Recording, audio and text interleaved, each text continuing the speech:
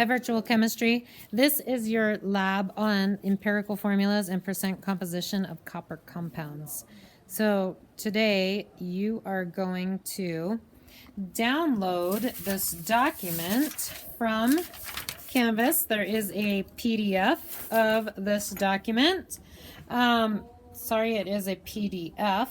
But you can write your calculations on a separate piece of paper.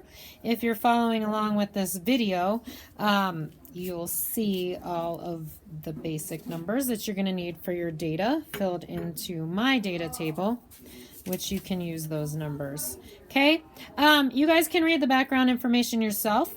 We are going to be doing experiment 1. We're just doing part 1, the gas evolution method. So I'm going to speed you up. Here is our procedures for part 1. We are going to be, first of all, weighing a 125 milliliter Erlenmeyer flask. So if we notice right here, I need the mass of a clean and dry Erlenmeyer flask. So here I am weighing it. There is my mass. Then it says our next step is to get your copper carbonate sample. So I am going to zero my balance so that I can get 1.5 grams of copper carbonate. If I go over a little bit, it's not a big deal. I just kind of put how many grams I'm going to use. So I'm currently at 0.8, 1.3. Look at that. There's a perfect 1.5 grams. Okay, so right here I did mass of basic copper carbonate used, 1.5 grams. Then it says do your mass of the flask and the copper carbonate added together. So obviously I'm going to do 94.6 plus 1.5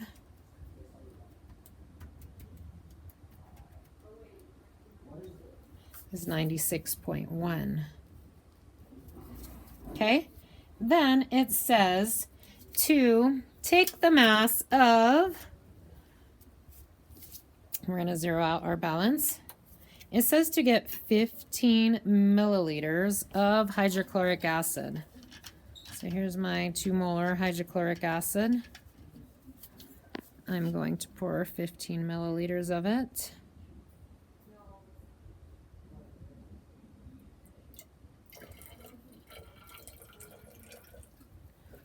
If I'm a teensy bit below the meniscus line, or a teensy bit above, it will come out in our math. Oh, I went a little bit much.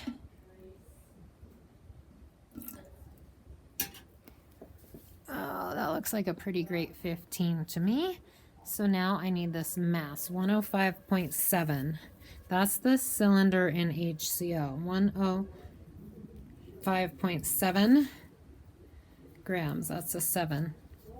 So then what you do is your directions say to take your copper carbonate. Sorry, I'm trying to hold this with one hand and video with the other.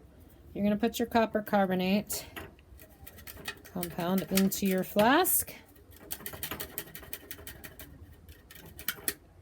I'm going to pour a little bit of my acid into this dish just so that I get all of this copper carbonate reacting. Okay, and as I pour my acid all in here, that's all it does. It's going to bubble. It's giving off some carbon dioxide.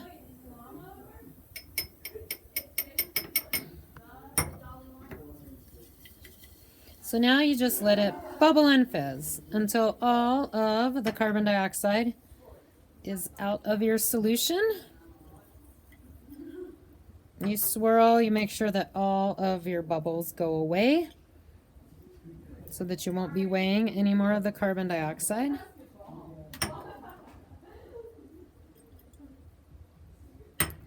All right, now I am supposed to weigh my empty graduated cylinder, so I make sure that my balance is zeroed.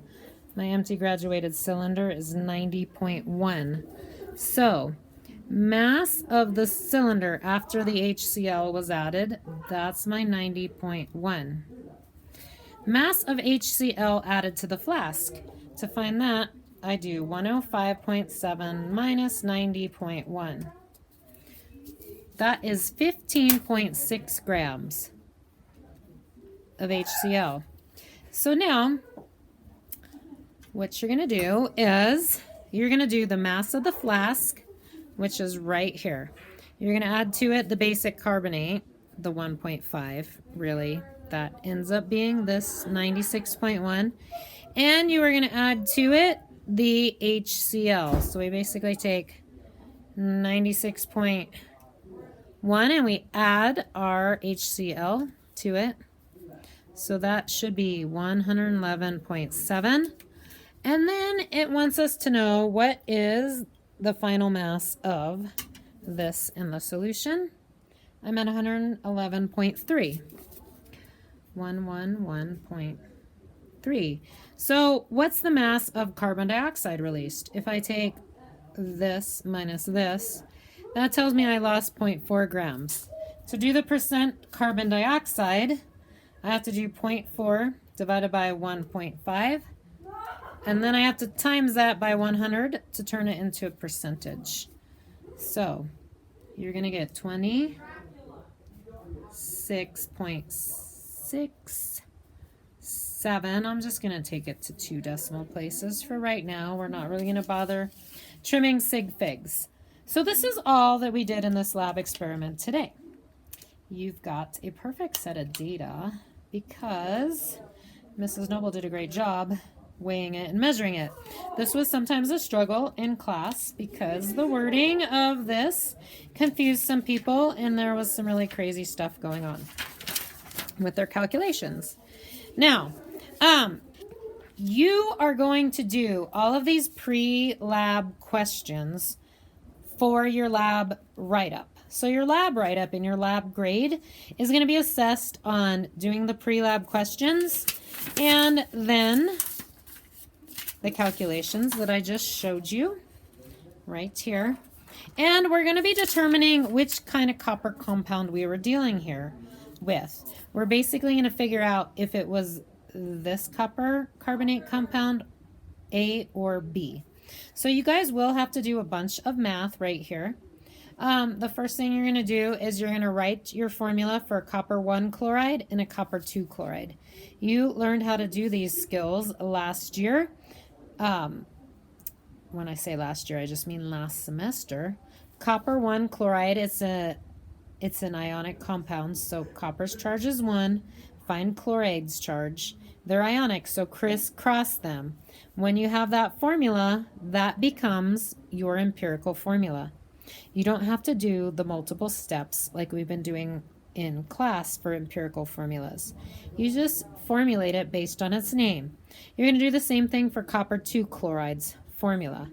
Once you have the formula, that's your empirical formula. It says calculate the percent composition of copper. So then you're going to find out what the entire compound's molar mass would be. Take copper's molar mass, divide it by the molar mass of the copper 1 chloride, times it by 100, and that's your percentage. Do the same thing with the copper 2 chloride. Please show me your work so that I can make sure that you're going to do it right. Okay, when you go to do the next one, you're going to calculate the molar mass, the percent composition of copper, and the percent of carbon dioxide from the carbonate ion in these compounds. So they broke these down a little bit differently. Okay, you've got your copper followed by a hydroxide group followed by a carbonate group. You can kind of keep these as they are. You have to do the grand total of each particular element in the compound. So two coppers, they each weigh 63.5. Keep the 63.5 on there. Plus 2 oxygens at 16 apiece, plus 2 hydrogens at 1 apiece, plus 1 carbon, plus 3 oxygens. That's your grand total for the molar mass. Once you find that, you can actually assess carbon dioxide's content. Carbon dioxide, you're going to calculate its molar mass, 1 carbon plus 2 oxygens. Once you know carbon dioxide's molar mass, you can basically say, if my carbon dioxide weighed, let's pretend it weighs 50 grams, you would take 50 grams divided by the mass of the entire compound, times it by 100 for a percentage. That gives you a percentage of carbon dioxide in A. Then you'll do the same thing for B. But look, in B, you have 2 carbonate groups. So you would have 2 carbon dioxide molecules. So you would have to do, if carbon dioxide weighed 50 grams in A, you would do 2 times 50, which would be 100 for B. And then you'd take your 100 divided by the entire molar mass of compound B, times it by 100. That's what you're going to solve for there. So you're going to find those 2 percentages of carbon dioxide. And then this table here is extremely similar to the one I already filled out for you for the lab experience. It'll just show me that you can do this kind of math all by yourself. Okay? So fill that out. When you have this done, you can upload it to Canvas for me, or you can send it as an email attachment. If you print the PDF off at home, feel free to answer all of these on this particular sheet of paper. You do not need to do it on a separate sheet of paper, okay? So send me that when you get it done for your lab grade. We will meet together after the test next week to go through this a little bit more in depth in class. Your test is scheduled for Tuesday for your outcome test. February 9th. So it would be great if you could come in next week after school and take your test. Okay, once we are done with these solutions, all we have to do is flush them down the drain. All right, I will visit with you all soon.